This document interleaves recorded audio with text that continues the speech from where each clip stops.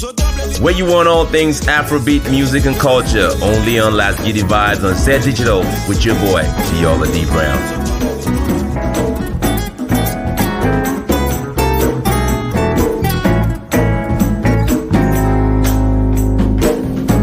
You're like the early morning sun through the rain. That's why you fell in love. Through my pain, two broken hearts played for fools. I promised you my love, I'll give all devotion, give it all to you, and I heard the best from the trusty bells, matrimony, yeah. Had blessed me again. Second time romance, your medicine for my heart. Feeling like a drown, no. My sun, moon, and stars, give me love, give me more. These scars are heavy on my heart and my soul. So much regret, true God, He saved me, I know. You got your own lost in her, yes you do, now. I promise you my love, I'll give all devotion, give it all to you when I heard best. From the trusty bells, matrimony, yeah, had blessed me again. Second time romance, I said your medicine for my heart. Be like a drown, no. But sun, moon, and stars, give me love, give me more.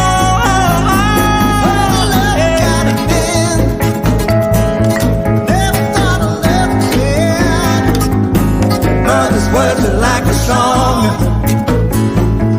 Wanna be the fall in love, fall in love, fall in love. I heard the bells from the trusty bells, matrimony, yeah. Had blessed me again. Second time romance, I said your medicine for my heart. I'm beating like a drum, but sun, moon, and stars, give me love, give me more, give me more, give me more. I said your medicine for my heart, yeah. I'm beating like a drum, no. Sun, moon, and stars, give me love, give me more. Brother Westy, come on,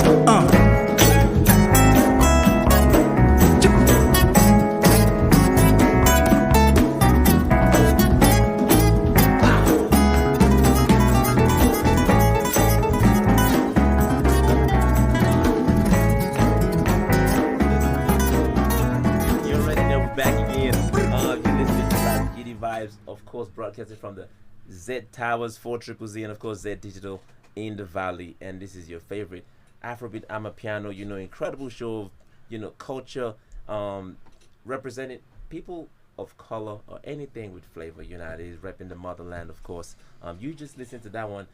Sun, Moon, and Stars was the entree for this week, and of course, that was from none other than himself, legendary artist of the year, Junga G, who was with us in the studio last week, and of course, vibing.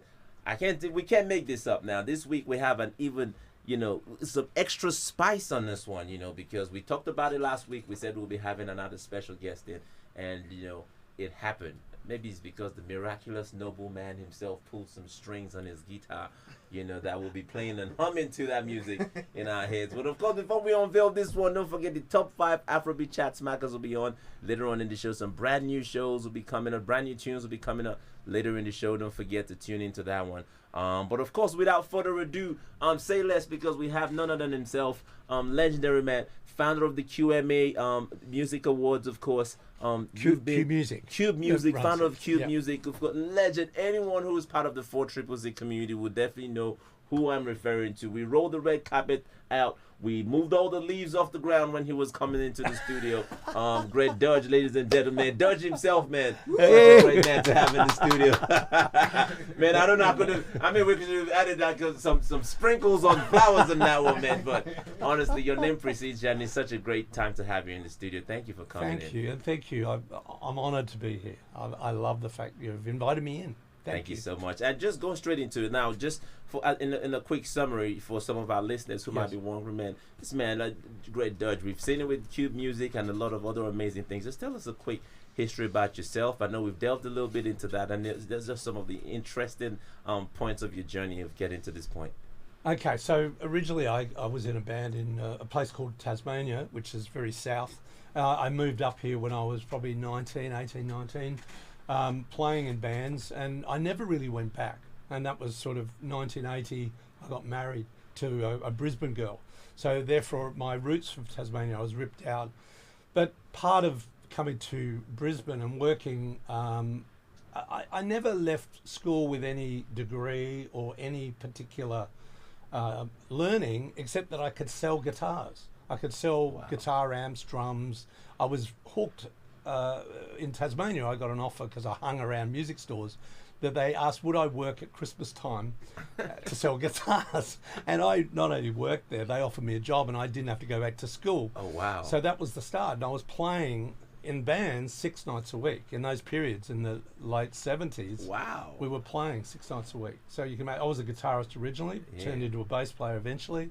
And that's because I wasn't necessarily a great guitarist, but that's partly true. But I think bass just sat me in.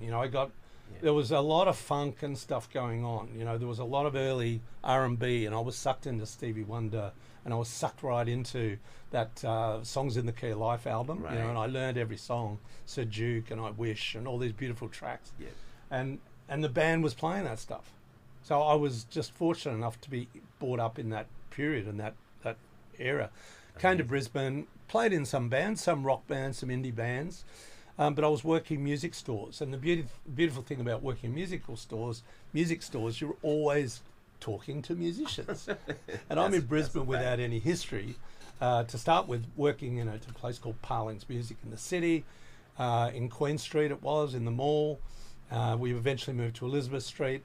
I then worked for a guy up at Paddington called Music Junction. I managed that up until about 1989, and I had what I called the entrepreneurial seizure, and that was I had a young family and I knew that I had to run a small business. I needed to do it. I couldn't run and manage other people's businesses. Right. I had worked for some time, not long, but when my band split up and I got married, I got a real job with Kmart. And I learned management training for 4 years. I became an area manager with Kmart, and that gave me all the business sort of nous. That was my university degree. Absolutely. And I came back into music, and of course I was a trained manager in the music industry and a musician. Yes. And I thought, you know what, I'm going to start my own music store. So in 1989, I raised a small amount of money. It was not much, by the way. It was $4,500. Oh, wow. And Yamaha and Fender and a lot of the suppliers said, we'll help you. We'll give you credit, because I already had a reputation as a manager. And I had a partner. I convinced him to put $4,500 in, and I would find $4,500. Started with $9,000. Yeah. And the first year, it was called Music Works, and it was in Barry Parade, just a block away from here. Oh my God, we were neighbours at some point. Yeah, so amazing. I know, and look, we were there for 5 years. Yes. But in that 5 years, I had most of the original artists come to the store. One, we were close to 4ZZZ, and the Valley had one of the best rehearsal rooms in the middle of the mall. Yeah. It was an old Target building, And that tug building became rehearsal rooms. It was an unused building, and a lot of the bands could hire cheap rehearsal rooms there. Wow. And it really grew the scene. So we were next door to another music store Yes. in Barry Parade called Musicians Pro Shop. And so Music Works Musicians Pro Shop. And then there was a hire company upstairs hiring PAs. Yeah. And there was a second-hand music store upstairs. Oh, it was a music precinct, if you like. It was a precinct that had organically sort of generated in its own right, Yeah. you know? Yeah, so there you go. That's incredible. And look, just looking at that tale, the way you've told it, man, is really amazing to just tell that. What we could hold on, we'll take a break. Yes, thank you for that quick break. But of course, we're just still wrapping it up with the legendary Greg here, Greg Judge, and of course still on Last Gidi Vibes, and just talking about some of that incredibly rich history that you've had, you know, in your journey from Tasmania, if you like, you know, up until Brisbane at this point. Now, just understanding that transcending point, this is sort of like a two-part question. Is one, what could you point at to be as the highlight of that whole journey, or that whole, I mean, there might be a few highlights, but maybe just one or two that come to mind quickly for you? And where would you say, secondly, we are right now compared to, you know, different points of that journey that you've experienced over the past few years?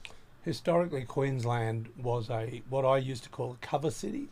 There were no original music, you know, in any genre. That's right. And in that period of time, I was here in that period of the late 80s. I noticed that a lot of the original artists were coming out of Melbourne or Sydney or from elsewhere. Yeah. But Queensland, a lot of the idea was if you wanted to become a successful artist in your own right, you were best to leave Brisbane, get out of Brisbane and become famous somewhere else, which isn't necessarily true anymore, because Brisbane has... You can make it here now. You can get confidence here because there is some infrastructure here. There was no infrastructure.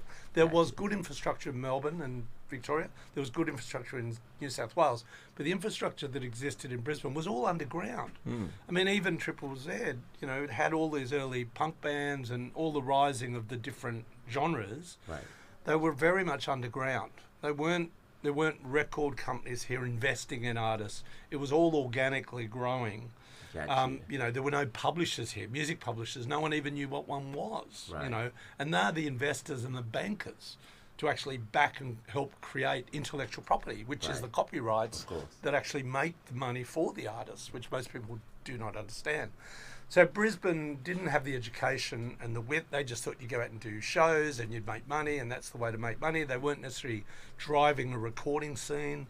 We had a recording industry here at the time that used to have things called the Sunny Awards, where they'd pat each other on the back for the greatest jingle they did, or the greatest, you know, a few bands got away, but most of them were leaving town. So that period that I was here in that late 80s, there was a shift going on though. There was a confidence about we can do it here. And we encouraged the people I was talking to in the shops that we should actually not only do it here, but don't leave, because then the wisdom and the knowledge can stay here. Absolutely. So we formed a body. Originally it was called the MIAQ, the Music Industry Association of Queensland. And we formed that as a bunch of retailers because there weren't any major record labels. There were some recording studios, but there were definitely no... there was no sort of body that represented all the pieces of a music industry. And so we created this MIAQ, and that lasted about 2 years. And we actually published a book called A Young Player's Guide to the Music Industry. And it was actually telling young artists about the truth of the industry, about creating copyrights and building assets and having a publisher and having an artist manager. And all of those components weren't necessarily talked about. You know, artists would put together their own music project without understanding there was an ecosystem. And the ecosystem in Queensland wasn't that strong, but it helped drive this new change. And there was agents and there were different elements, and we all combined together. And eventually we formed a body called Q Music Network Incorporated, it was called, because it was a network of people who all benefited, including artists and musicians and creators, but also the infrastructure you need. It's like a film industry. A film industry's heart is the storyteller, but a storyteller can't do it without cameramen and editors and wardrobe, and you know. So we didn't have that industry here.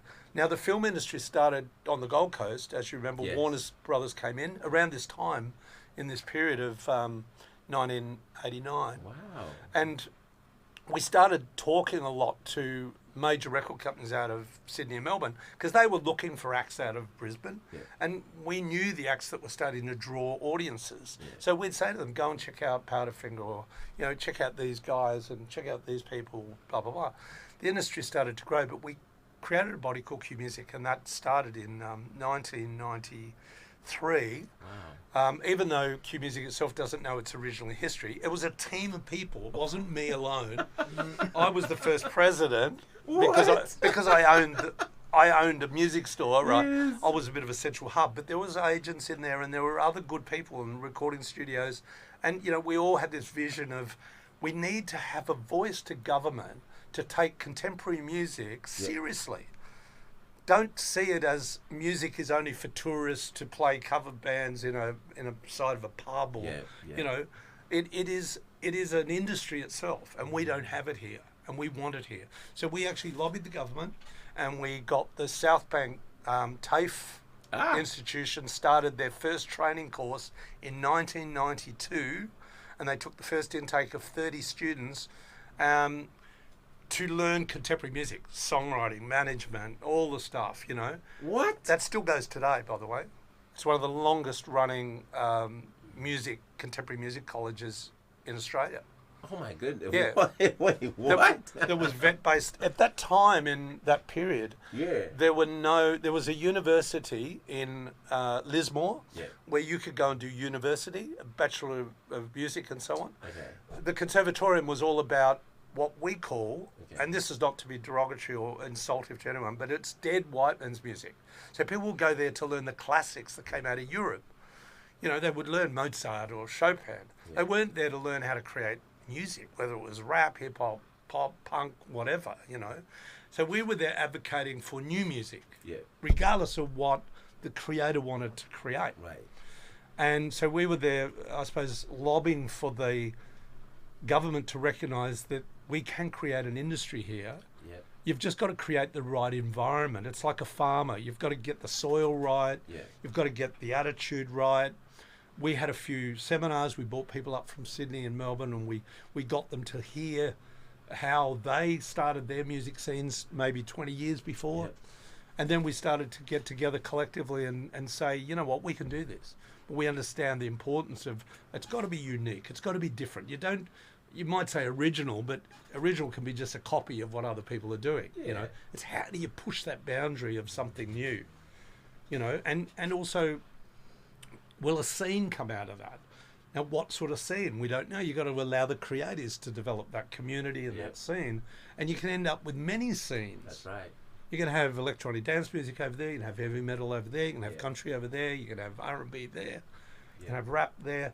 So Q Music was born on the back of we need a voice to government, so government can actually help the industry, but the industry cannot be helped if it doesn't know who they're talking to. Absolutely. I mean, you must have done something really right, because if you've created something, 30 plus, 40 years ago, and it's still in existence till today, and it's running and being such an impactful organization, that's incredible history. Now, what role does that play around, the Cube? I know you talked about the Cube music and now the Q music, and then I know there's the QM. Oh, and Big Sound. Yes, they do Big Sound. Big Sound as well. So Q Music, we didn't know any of this when we started it, right? We were running workshops and we were running different sort of showcases, if you like. Yeah.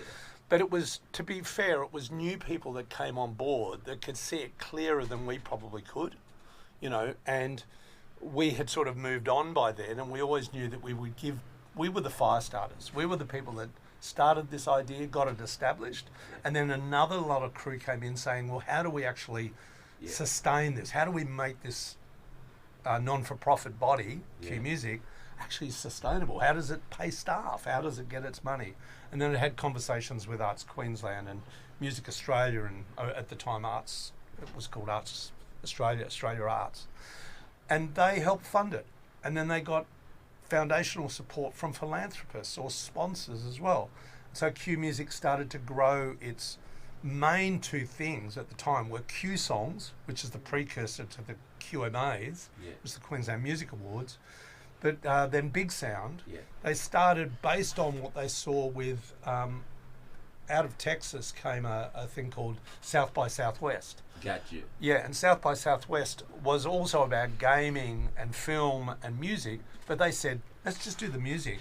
And to make it work, you have to have a precinct where there's a lot of venues. And it just happens that the Fortitude Valley has got something like, when you start digging, there's 20 to 30 venues you can use. So you can bring people from all over Australasia or all over the world, and they can go and see showcasing of different types of music all over a week. You know, because I think Big Sound normally lasts over a week now. And it's an infrastructure. And all shout out to all those that have either worked or belong to Q Music or still currently there. You know, it's always taken a bit of a heat. I'm a lifelong honoured member. There's a few of us that have, over time, helped this thing to come into existence. Because remember, it originally started as an idea, like songs in our head. I wonder if we created this organisation, how would we do this? It's like anything. It's how do you create it? How do you stick with it? How do you make it happen? And I haven't had anything to do with it for a while, but my artists, now that I've gone into artist management, my first artist, Tai Tunga, who's a Samoan EDM artist. The same Tai Tunga. Yeah, That's incredible. Yeah, so Tai Tunga won the Best World Music Award a couple of years ago. And then the next year after, Jungaji, Aboriginal artist, wins it for his language song called Gummy Bummerah, which is a song about the grandson's story. So I've, to be a recipient of that now with my artists is amazing, because Jungaji just won the Indigenous Artist of the Year award. I just want to say a claimer. Yes. This is not an artificial intelligence. It's a human intelligence sitting next to us. His name is Greg Dodge. Just a disclaimer. This is full of knowledge, as I told you. You know, a lot of people. They walking encyclopedia. I tell you. And everyone thinks that wisdom is like having all the answers and all. But like with Brother Greg, what like really blew my mind is actually his humility, and as well always listening and willing to learn, and from younger generation, from regarding culture, always he has this interest of learning, and this is so crucial. When we're having intercultural approaches, I am sharing with you, and it makes me want to share as well more about my own history, and as well from his own history. With the good and the bad. I really love that. We'll be talking about a lot of that interculturality or interculturalness or whatever. We'll be delving a little deep into that. But I just wanted to know this connection between the nobleman and of course Greg himself. We talked about this a while back. I'd like to just run past, if you'd like to run past that connection you guys have had and where that has continued to transcend to, because you guys have done some really amazing stuff together and you continue to do some great things together. Thank you. Through an old acquaintance that I worked with, his name's David Crane, he'd been working with the village out at Yeronga, and I think he met Noble through that. Through the project that I was doing with Rob from Rails, and we were working on a project in collaboration with the Human Rights Commission, making songs and law rap regarding racism and bigotry. And while we were in Mount Nebu, Dave told me that you have to meet Greg. And I was like, Greg what? He's like, Greg Dodge. I was like, are you sure? Because this name sounds very dodgy. But I still followed my instincts, and I just made the phone call and sit down and meet up together and have a coffee. And since then, the sparkle started, and especially that when we met, I didn't have any agenda in my head. I wasn't going to look for something to get from him, but I was looking to meet someone that's connecting with the human. And we never set expectations where the journey is going to take us, and then we had throughout our journey now, we have collaboration, we have projects, mentoring. He's teaching me how to co-manage, invited me to work with Jungaji as well. And we created so many beautiful things so far. And I'm still following his guidance, while he's as well learning so much about Africa. Absolutely. The history about where I'm from with other places. I think I was the first Muslim man that he met. So I'm not the best representation of that, but I try my best. I try my You're best. an ambassador regardless, my brother. You're holding the flag up. But of course, 4 Triple C, this is Last Gidi Vybes. You know we're still vibing. Incredible guest in the building today, Greg Dodge, the legend. Of course, just sharing some of his incredible experiences around music in Brisbane, and of course some of the remarkable things he's accomplished. And alongside him, the nobleman, love the artist, not just the art. Of course, vibing with us. Still joined at the hip with this one. We'll be right back. Don't forget we have our top 5 Afrobeat chat smackers coming up later on in the show, and of course we'll be having some more incredible gist coming up with this marvelous guest we have. Brand new music coming up. Stay tuned because we'll be right back. Last Gidi Vybes, of course. Don't forget, yeah, boy, Deola D'brown. Everything you do, does it that good?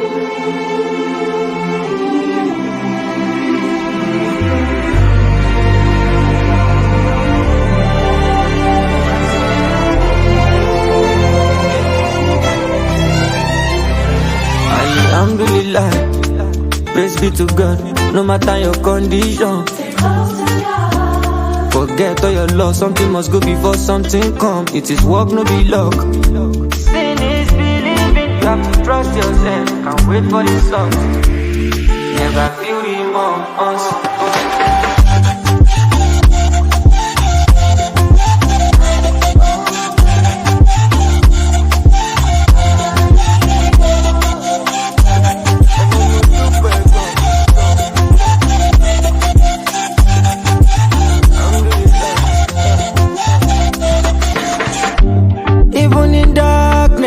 Even in brightness, you are with me.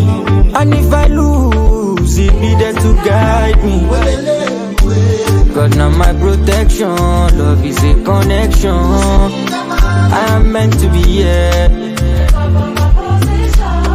Alhamdulillah, praise be to God, no matter your condition. Forget all your loss, something must go before something come. It is work, no be luck. Sin is believing, you have to trust yourself and wait for the result. Never feel remorse.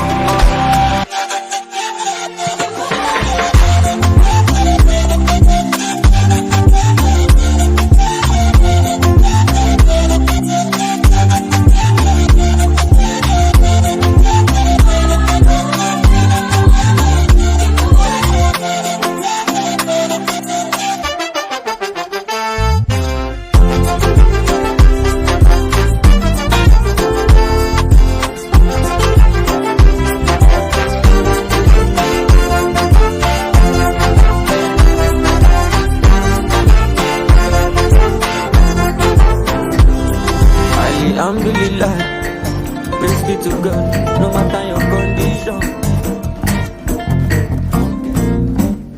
I was born when I was lost, broken mind and broken soul. Pray for rain to wash my sins, yeah. Angels long gone, the surgeon cuts my skin. I'm gonna live good.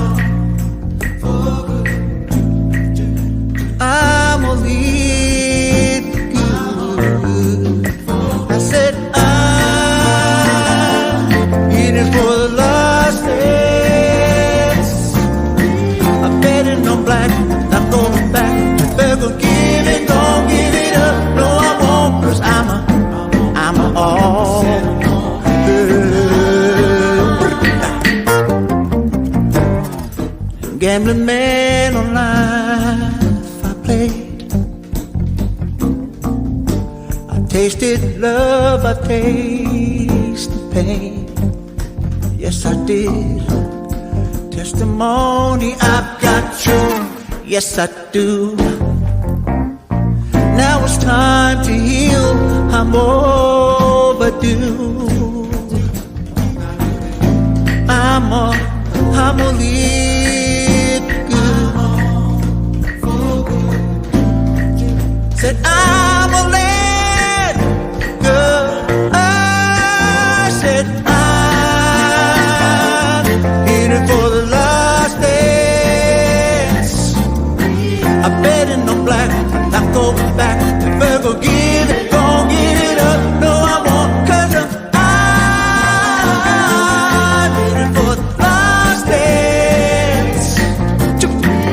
betting on black.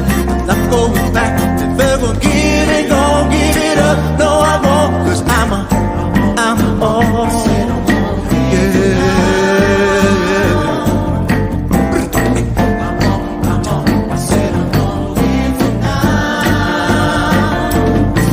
I'm a man with the truth, got nothing to lose. I need, yes I am. Left the drinking and the gambling. I'm betting on me, I'm betting on I'm betting on you, I'm betting on love, I'm betting on faith, I'm betting on trust, I'm betting on hope, I'm betting on love, I'm betting on truth, I'm betting on faith, I'm betting on truth, betting on black.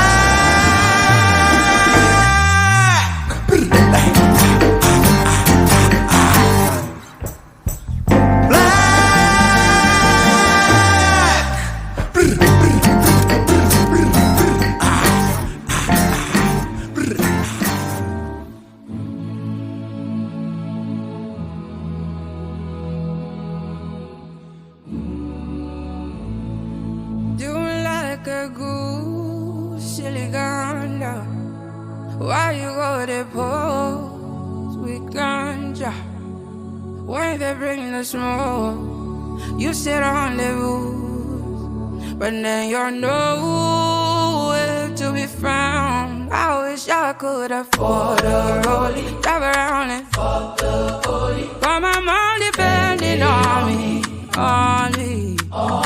Turn up the volume for me, cause I can't shout. If it gon' happen to me, then I can't fight. Yeah, I think I'ma know when it feels right. Yeah, I'm ready.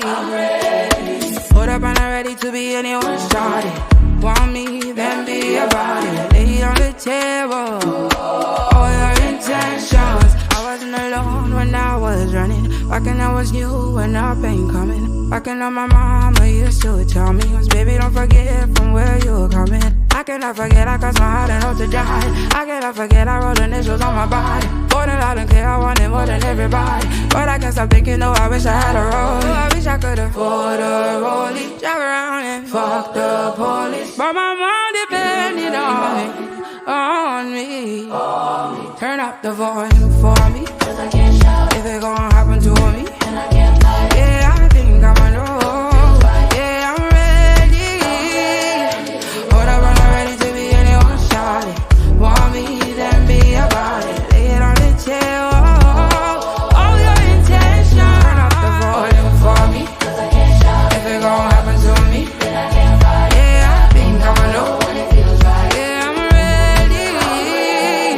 Hold up, I'm ready to be anyone's shawty.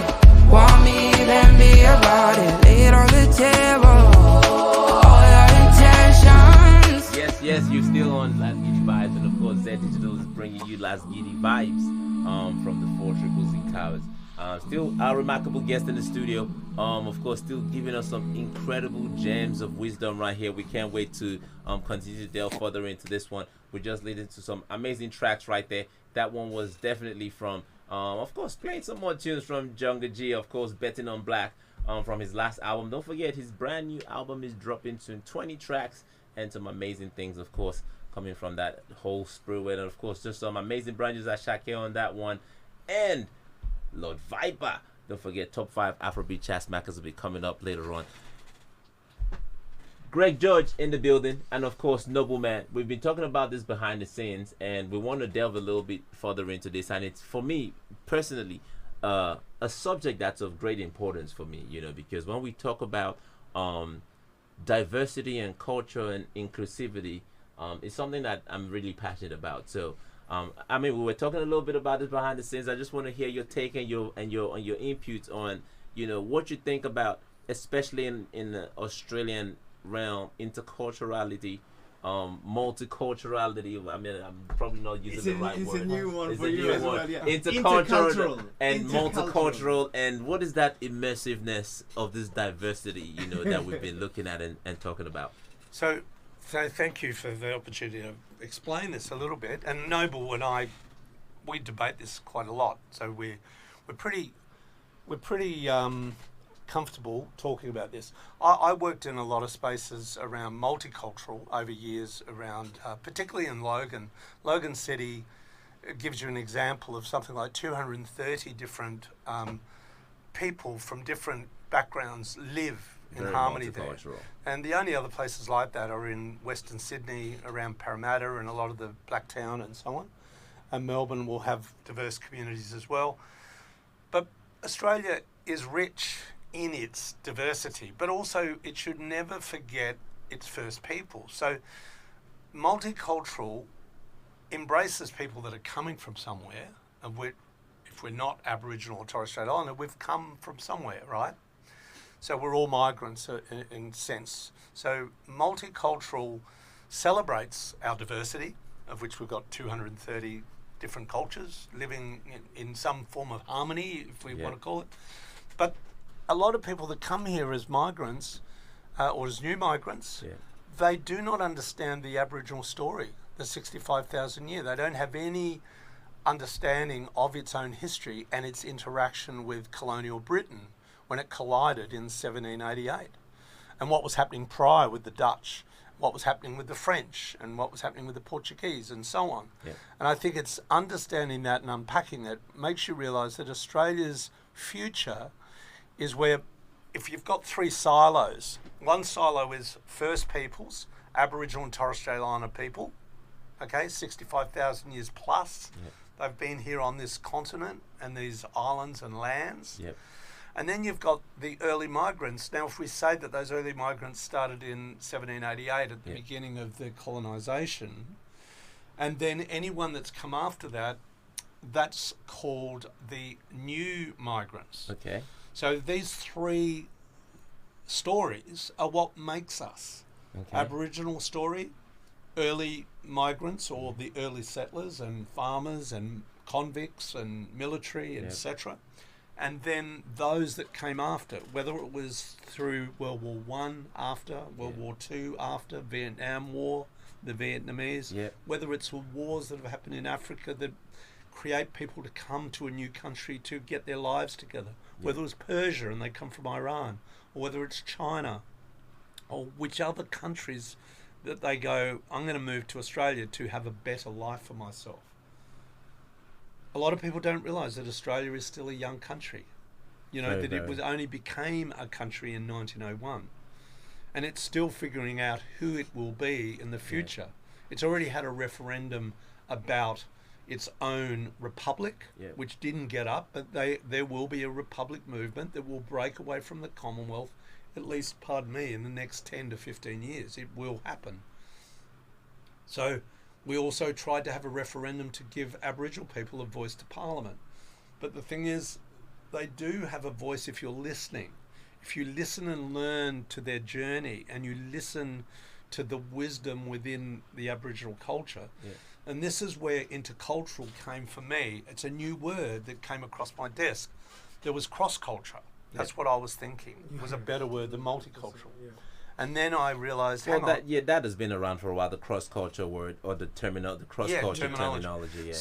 So probably the best metaphor is that multicultural is where we can sit and watch, let's say, a Chinese dance group and go, wow, isn't that amazing? We can witness that culture here in Australia. We don't have to fly to China. We can see it here. We see the Rwandan drum group, or we see the Thailand dancers, or we see, you know, the different cultures able to share their culture, and we go, wow. Now that's multicultural, right? Now, when they invite you up to sing that song and you learn their language and their culture and you eat their food, that's sort of cross-cultural. You know, you're being invited into their culture. You're not just a witness to it, you're immersing yourself. But intercultural is a whole nother level. It is. Where you don't just learn about their culture, they've got to learn about yours. And it's a two-way exchange. So, or a three-way exchange, whichever it's going to be. But we put in the intercultural in Australia, because intercultural is a word that has been around in Europe and other places, and even in Australia, you know, that we should have Africa. more. And Africa. But here in Australia, I think we must respect that Aboriginal and Torres Strait Islander people sit in the middle of this whole intercultural connection. So the examples that Noble and I are working on is arts are a really good thing. Music, dance, storytelling, right? So we put on our first event last year in December November. Yeah, no, Yep. it was in December. In December, at Maruka. Before that, Noble and I thought when we'd met, through our friend David Crane, why don't we do something together to show people what intercultural means, and you can see it, you can touch it, you can witness it, not just a word. Trying to give it a nice little framework. Yeah. Yes. What does this look like? So originally, we got together about 12 people to have a meal together. Yeah, We we thought- brought them all together in African restaurants, and we sat down all together from all different nationalities, and we Yeah. share food. And this is what is it about intercultural. It's actually removing the fear and connecting with each other, and that's how it started. It and was. we were all a bunch of artists from all different type of walks of life, and you can see like the show when we produced, there was poetry, I did it for my first time, my stand-up comedy, where the topic was about the difference between immigrant and expatriates. Yeah. Just to open up the conversation. There we had musicians from Iran, we had a singer from Argentina, we had Jungle G, and we had this interaction as well with the audience. Right. That they were so interested and curious, and actually for the first time they saw what it looks like, and here in Australia, it's multicultural. Yeah. But I believe the next step is intercultural, where That's we all phenomenal. connected with each other, Yes.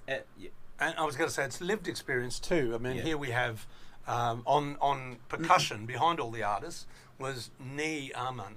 And Nee is a Ghanaian man, and I've been fortunate enough to perform with him and his Kenyan colleague, Samoko. And that's when I realised here I am as a white Australian playing with these two diaspora and African Australians, and we got on like a house on fire. So this night that we put on was an Argentina singing with Jungle G, and she was singing a verse in his Aboriginal language song, Wow. but she was singing in Spanish. Yes. And Wow. this is the intercultural. This is where it goes to a whole nother level, right? Where you start to get people to share a song but sing it in your traditional Yes. language, and accept that they'll sing it in theirs, and then you're sharing together. Of course. Exactly. So this is what intercultural is, another level of sharing stories and being able to even create new stories together. Yes, absolutely. It's like this is what, from my personal experience, what I learned about being here in Australia. It's you can integrate without losing your roots. Correct. You don't need to change. Correct. You can be yourself Yes. and carry on and connect. Like culture itself is not Yeah. meant to compete. Correct. It's meant to converse Absolutely. with each other, and like you, Deola, you do it in amazing ways as well through sport. I've seen that from the first time that I've met you. And been inspired about the work that you do and how you promote so much collaboration and coming together without changing, being yourself, Right. and being Yeah, open to learn. 100%. That's amazing. Yeah, At and the can end I of the just say- day, we're all human beings that we want to be seen, we want to be heard, we want to be recognized. That's facts. Yeah. That's true. That's it. That's a great point. And even for someone like myself, who is a 6th-generation convict descendant. Now think about it. They came out in 1789, she, at 18 or 19, pregnant on a boat from Britain as a convict by a sailor. His name's Dodge, which I share his surname. And, the boy that was born on that boat, Ralph, ended up being given land in Tasmania and given land to farm it, to feed the people. And then his story is my story, that he came as the son of a convict woman who stole a silk handkerchief and a silk stocking Right. and was transported halfway around the world at 17 or 18 and gets impregnated on a boat with 225 women and 35 sailors. And 35 sailors are born. And you think about that. And here we are as Australians. There's a lot of Australians like me who, they didn't want to come to Australia. They were told, you come to Australia, you are a convict, you are a prisoner of the British Crown, and you will do your time many miles away from where your homeland is. Yeah. And you're going to basically effectively start a new life. And that's And I'm a product of that. yeah. Wow. And I'm proud of that, but also not proud of when I dug into my own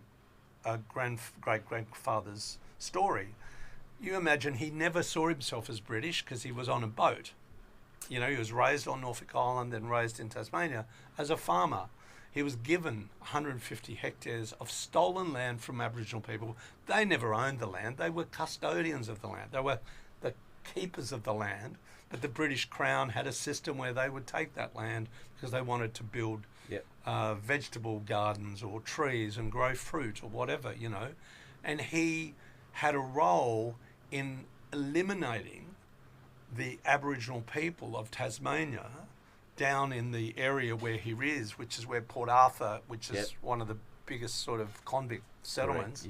Dodgers Ferry is not far from there, between Hobart Town and Port Arthur, in the area called Carlton, and around that particular area. He is documented historically as one of the people walking across the land on a thing they called the Black Line, which was trying to eliminate the natives and the savages. Wow. Yeah, but the fact is they didn't succeed. And the Palawal people, which are the Aboriginal tribe in Tasmania, are doing quite well on Bruny Island down in Tasmania, and their language is returning, and they're finding their ceremony again. But they were pretty heavily colonised at the time. Yeah. Man, you see how it's important intercultural work. Yes. You see the fear that is reduced, Of understanding, the collaboration that creates, especially for the youth.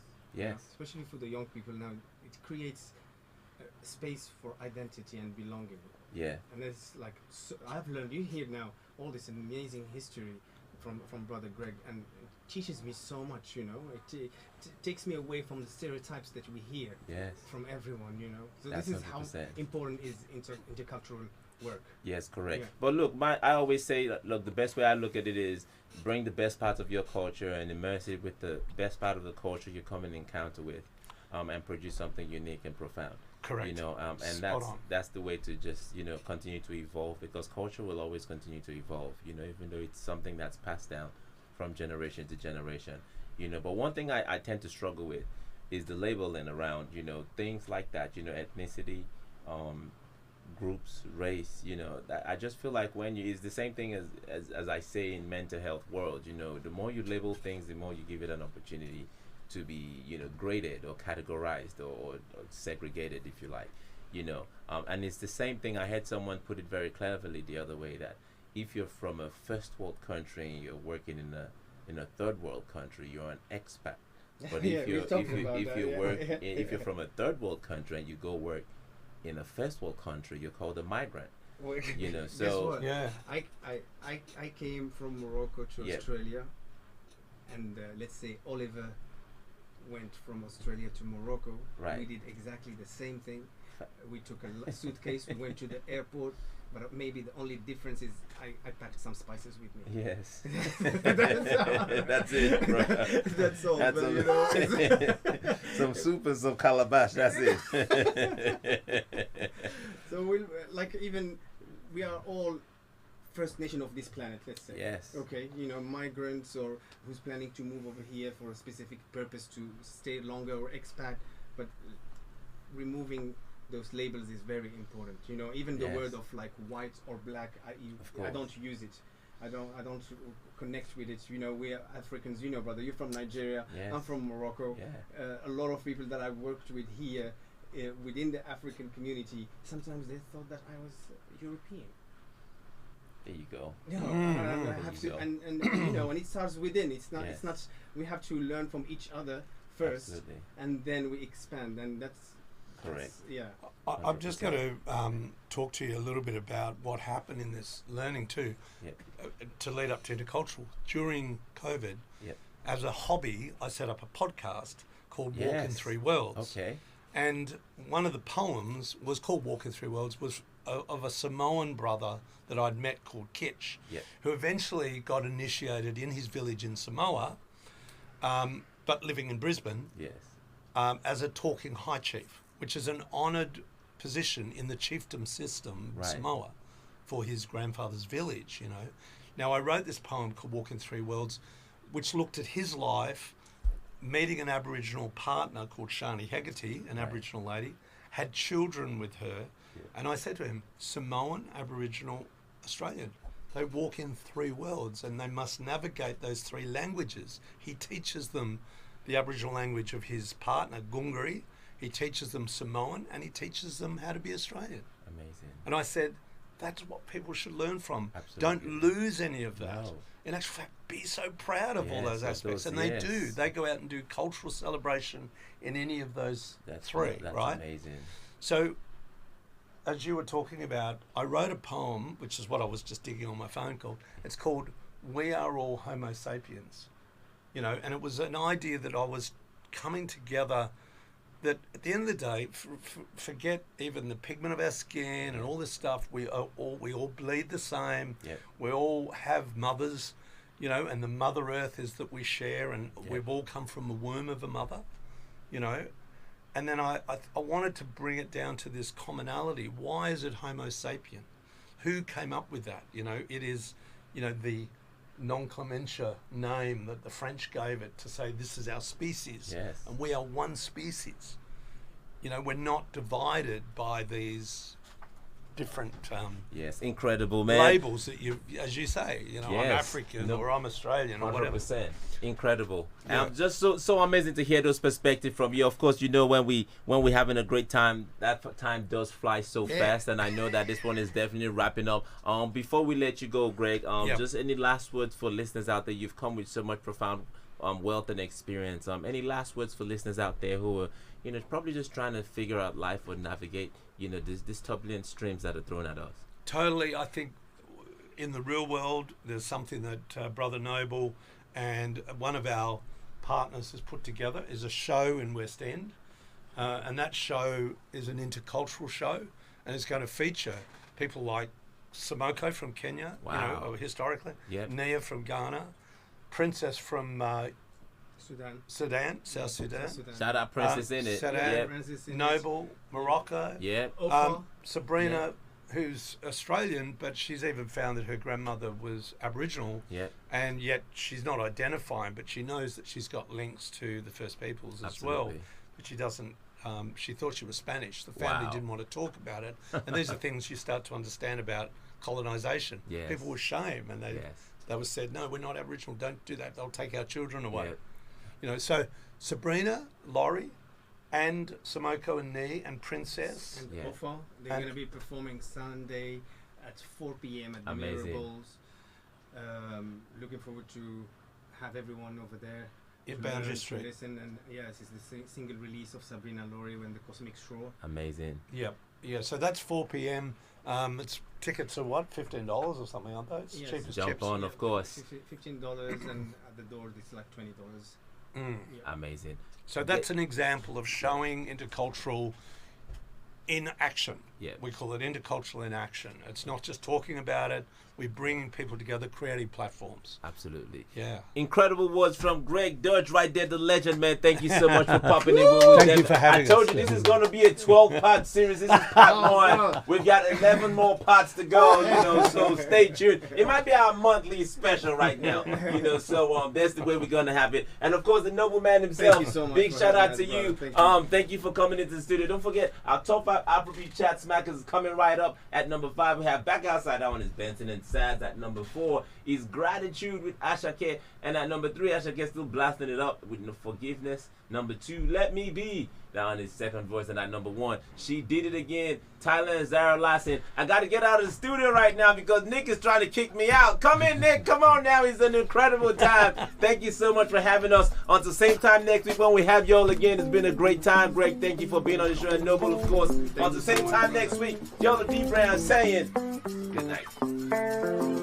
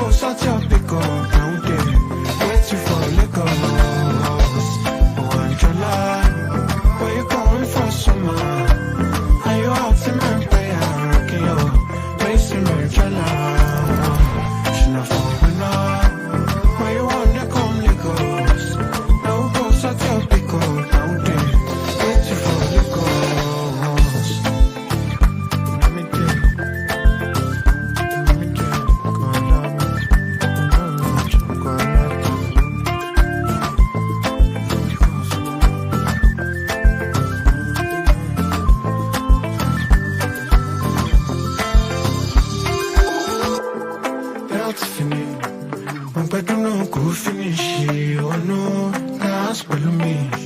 She gon' be in my ministry. Oh, go, are you kidding me? I'm better no go finish it. Oh, no, dance with me. She gon' be in my ministry. Oh, go.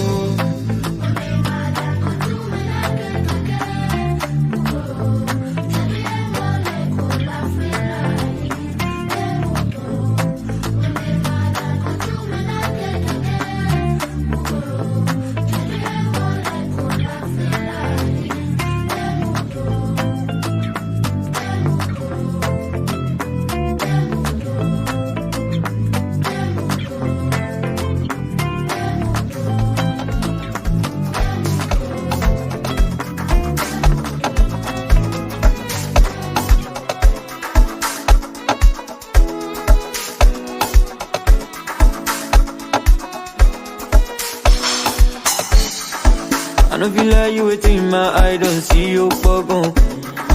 So many good way man don't do, but not bad them go talk. Even Jesus Christ, the Lord, and the Lamb for cross. You know the please everybody, I'm a homo, pen lebo. Passonara, look give me yo, look give me yo, Mara ye call Silva, so my japa. Don't take it personal, oh what you pull on vanilla. Mojori le Orimi koma komplexe. Credit alati. Gratitude shining.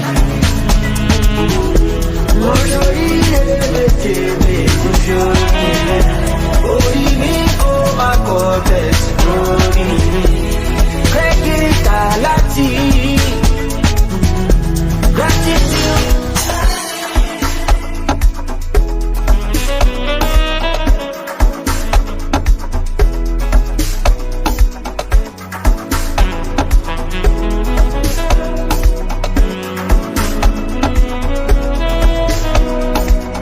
Passonara, look give me yo, Mara ye call Silva, so my japa. Don't take it personal, oh what you pull on vanilla. Mojori le Orimi koma komplexe. Credit alati. Gratitude shining. Mojori le Orimi koma komplexe. Credit alati. Gratitude.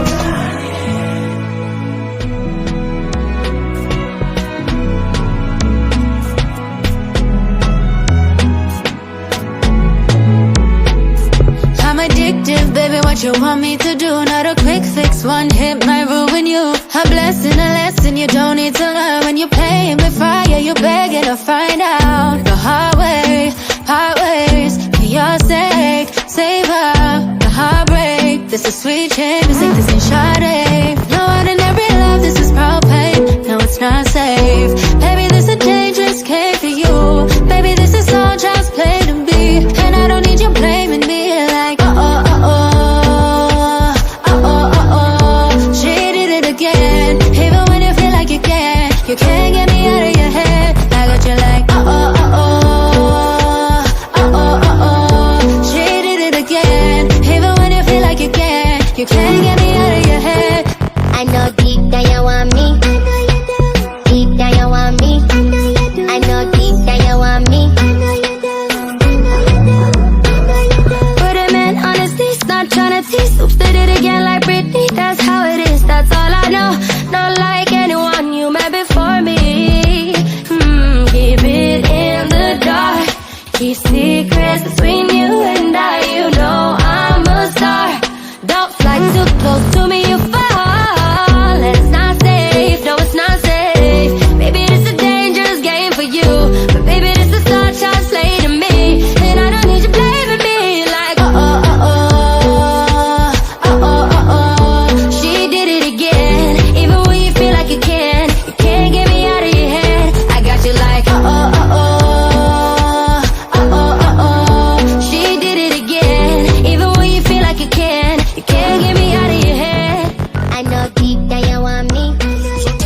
you on all things Afrobeat music and culture, only on Last Gidi Vibes on Z Digital with your boy, Deola D'brown.